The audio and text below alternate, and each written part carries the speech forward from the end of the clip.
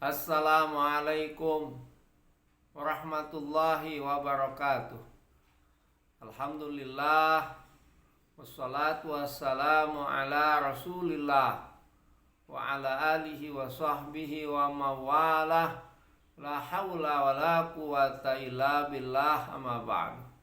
Saudara-saudaraku, sahabat-sahabatku dimanapun Anda berada, semoga dalam keadaan sehat, panjang umur, dalam taat dan ibadah kepada Allah, dimurahkan rezekinya yang halal, yang berkah, yang banyak.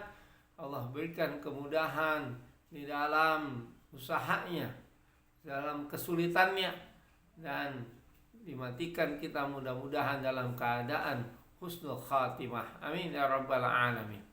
Saudara sekalian, dalam kesempatan yang baik ini saya ingin berbicara tentang masalah tawuran sekolah. Saudara, kita lihat dalam pergaulan remaja saat ini, mereka tidak menghitung dampak daripada tawuran, dampak daripada perkelahian yang gak ada ujung masalahnya. Tahu-tahu orang lagi jalan, orang lagi nongkrong, dia langsung beri, dia pukul, bahkan dibunuh. Naudzubillah tsumma naudzubillah. Orang yang membunuh seseorang tanpa sebab, kemudian dia meninggal dunia, maka dia sama saja membunuh seluruh manusia yang ada di muka bumi ini. Naudzubillah tsumma naudzubillah. Tawuran ini dianggap satu hal yang ngetren, dianggap satu hal yang hebat. Pola pikirnya bagaimana? Kalau membunuh, melukai orang dianggap hal yang ngetren, yang mantap. Kita lihat anak-anak remaja mulai dari SMP, SMA, bahkan mahasiswa, sering kita dengar, bahkan kita saksikan dengan mata kita, mereka tawuran. Apakah pernah mereka berpikir seperti anak-anak yang SMP yang baru kelas 7, 8 atau kelas 9 SMA? Pernahkah ketika mereka mengadakan tawuran, ada nggak pikirannya, nanti kalau saya yang jadi korban? Membawa samurai, kemudian orang melukai tubuhnya, mencodet perutnya sampai ususnya keluar. Ada nggak pikiran seperti itu?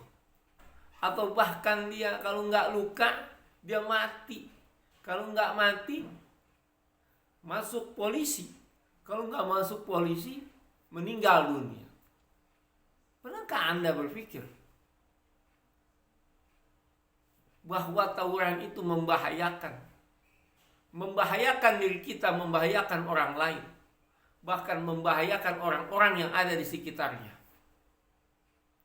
Sering saya lihat, saya saksikan dengan mata saya, tawuran di jalanan, kemudian mobil motor berhenti karena takut terkena imbasnya, melempar batu, bahkan musuhnya yang dianggap itu diuber-uber dengan membawa samurai, membawa gear, dan lain sebagainya, yang ada niatan di dalam dirinya untuk melukai bahkan membunuhnya. Kenapa ini bisa terjadi? Ini pelajaran buat kita sebagai orang tua di dalam mendidik anak. Pelajaran bagi kita sebagai seorang guru di dalam mendidik anak murid kita. Mungkin kurangnya pengetahuan agama, mungkin kurangnya didikan dari keluarganya, sehingga akhirnya anak brutal seperti binatang yang enggak memahami tentang dirinya sebagai manusia. Kalau misalnya manusia yang baik itu kedudukannya bisa lebih mulia daripada malaikat sekalipun yang tidak pernah melakukan kejahatan, yang pernah melakukan dosa maksiat, bisa kedudukan itu lebih mulia daripada manusia yang beriman, yang bertakwa kepada Allah Subhanahu wa taala. Tapi bagi manusia yang perilakunya seperti binatang, yang akal pikirannya enggak dia manfaatkan, dia gunakan, maka kedudukannya ulaika kal an'am balhum adall. Mereka itu bagaikan binatang ternak, bagaikan seperti babi sekalipun, yang tidak bernilai bagi manusia, tapi kedudukannya bisa lebih parah di bawah daripada babi, yang binatang yang najis. Ulaika kal an'am balhum adall, bahkan lebih sesat daripada itu. Ulaika humul ghafilun, mereka itulah orang-orang yang lalai. Coba kamu pikirkan, mau nggak kamu kedudukan kamu di bawah daripada binatang ternak, bahkan lebih sesat daripada itu? Kenapa? Karena manusia diberikan akal, diberikan pikiran untuk berpikir. Tapi kenapa kamu tidak memanfaatkan akalmu untuk kamu gunakan berpikir yang baik? Saudara-saudara sekalian, kasus ini terus terjadi, terus menerus. Kenapa bisa terjadi? Dampaknya banyak. Mungkin dari keluarganya yang kurang harmonis, kurangnya pendidikan agama. Bisa juga karena hukum yang belum ditegakkan dengan setegak-tegaknya, dengan seadil-adilnya. Nah, yang kita lihat orang ditangkap, udah lihat jelas membawa senjata, udah jelas membunuh, ada pelaku korbannya. Kemudian ada juga yang sampai cacat seumur hidup. Tapi ketika sudah masuk, mohon maaf, ke kantor polisi, diselesaikan dengan cara yang damai. Ada dampak negatifnya dari itu. Orang tua memelas-melas kepada polisi agar jangan sampai di meja hijaukan ke dalam pengadilan. Kemudian dia mohon maaf mungkin melakukan negosiasi dan lain sebagainya. Akhirnya tuh anak dikeluarkan dari polisi, sehingga anak nggak ada rasa jerah dalam dirinya. Kenapa? Karena dia nggak masuk penjara. Bahkan karena anak itu preman, mungkin otaknya nggak berpikir, malah ketika dia dikeluarkan dari kepolisian, dia merasa bangga karena orang tuanya telah mengeluarkannya. Tapi pernahkah dia berpikir dia menyakitkan hati dan perasaan ibu dan bapaknya? Pernahkah dia berpikir dengan dia tawuran, sekolahnya ini yang tadinya namanya harum di masyarakat, karena ulah beberapa orang merusak semua citra daripada pendidikan yang ada di sekolah tersebut. Rusaklah gurunya, rusaklah nama sekolahnya, rusaklah anak-anak yang lainnya, sahabat-sahabatnya yang tidak melakukan tawuran, dikarenakan ada nila sedikit rusak susu sebelanga. Ini pelajaran, saudara-saudara. Pelajaran bagi kita sebagai orang tua. Pelajaran bagi seorang pelajar. Apakah kesuksesan itu dapat diraih dengan jalan kekerasan? Apa manfaatnya daripada tawuran? Pernahkah Anda berpikir bahwa tawuran itu akan menyengsarakan kita? Kalau kita menjadi korban, kita akan cacat misalnya, cacat seumur hidup. Pernahkah kamu berpikir kalau memang cacat seumur hidup atau bahkan mati? Kalau mati masih mending, urusannya selesai. Tapi kalau cacat seumur hidup, kita hidup bergantung dengan orang lain. Kita tidak bisa melakukan apa saja. Mungkin kita stroke, sakit yang parah, hidup enggak, mati enggak. Itu yang berbahaya. Seandainya pun kita mati, apakah kita akan masuk ke dalam surga? Apakah kita mati dalam keadaan husnul khatimah? Mana ada orang tawuran matinya dalam keadaan husnul khatimah, mati yang baik.